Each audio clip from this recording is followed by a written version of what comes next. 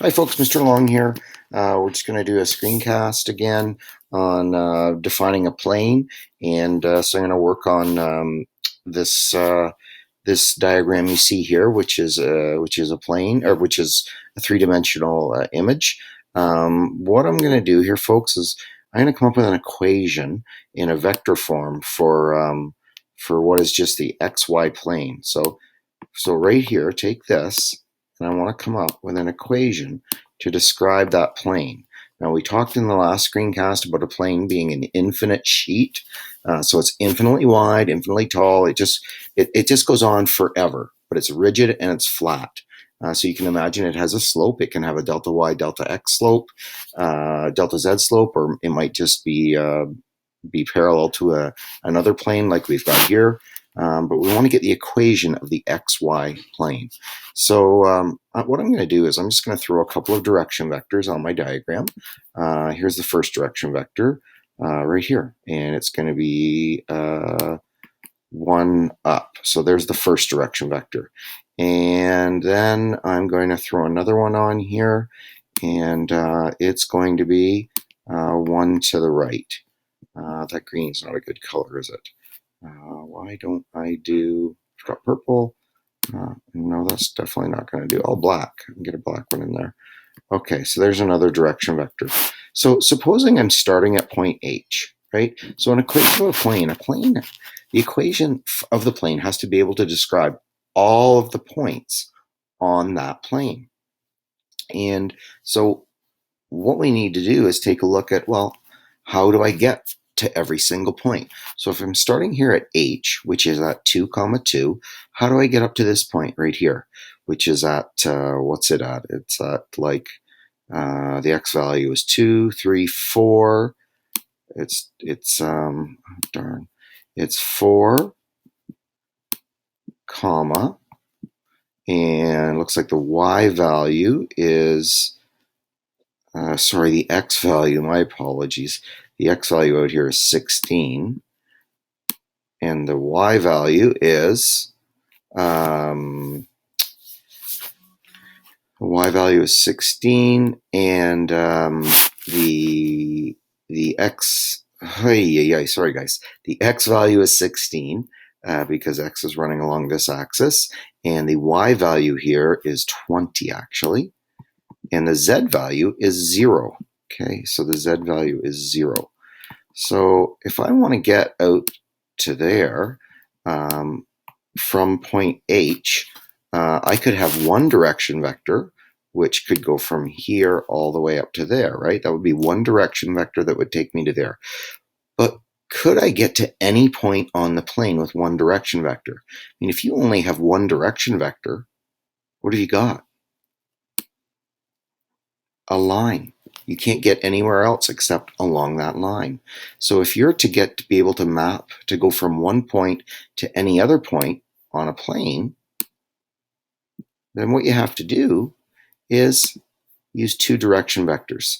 So if I was going to go from point H up to 16, 20, 0, I'd have to take that black unit vector there to the right, and I'd have to use 1, 2 of those, so 2 scalar multiples of that one, and then I would need 3 scalar multiples of that one there.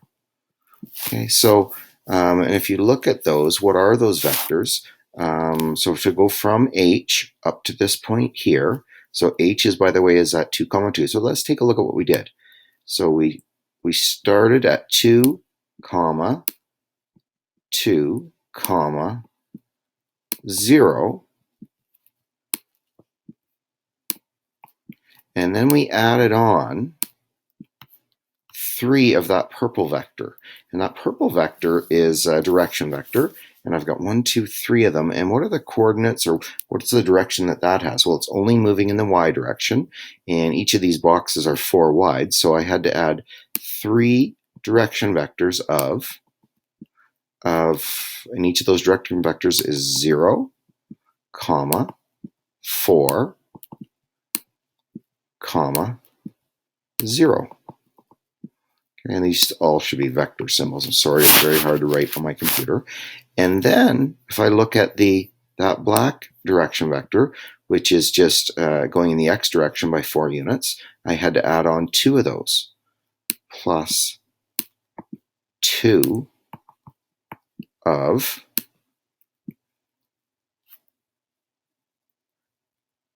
2, 0, 0. So now what about if I wanted to get over to this point here? And that point there, I would need, what would I need? Oh, I'd need -1, -2 of the black unit vector, and I would need 1 of the purple unit vectors.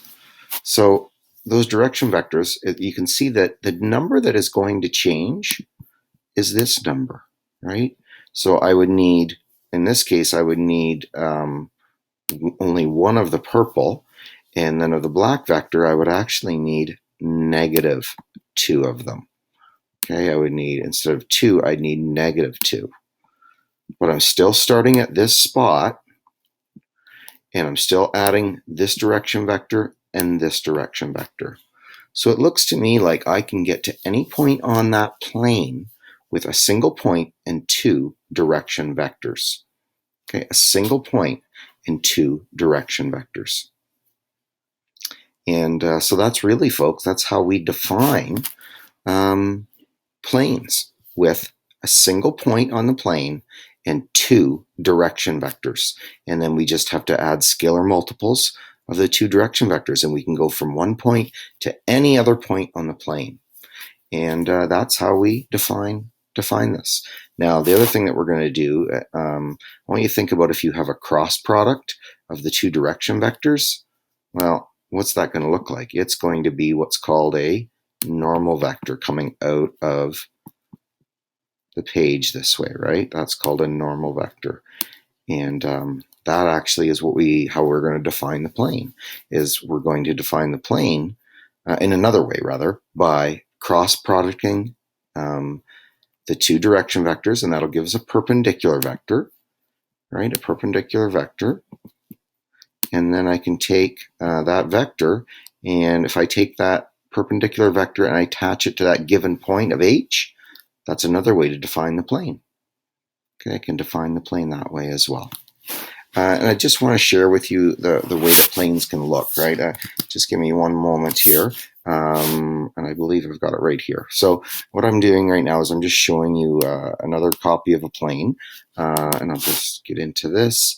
And so you can see here, what I've done is I've made another sheet, and you can see how this moves, right? So planes can move around.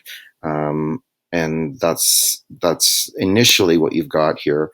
If I put it right here, that's the XY plane, right? And the coordinate there is z = 0. Well, I could actually move it out to here, and now it's still an XY plane, but it's at z equals, this one is at z equals 100, right? So planes can move, and this is still it's parallel to the XY plane, but it is in fact still a plane. And just anyway, that gives you an idea of how planes can move around. But the big idea here, the really big idea here, I want to go back to this, is that that planes are defined by a point and 2 direction vectors, because to get to anywhere on the plane, you need 2 direction vectors, not 1. Because if you have 1 direction vector, you only have a line. Okay, folks, so hopefully that helped, and there's just one more screencast.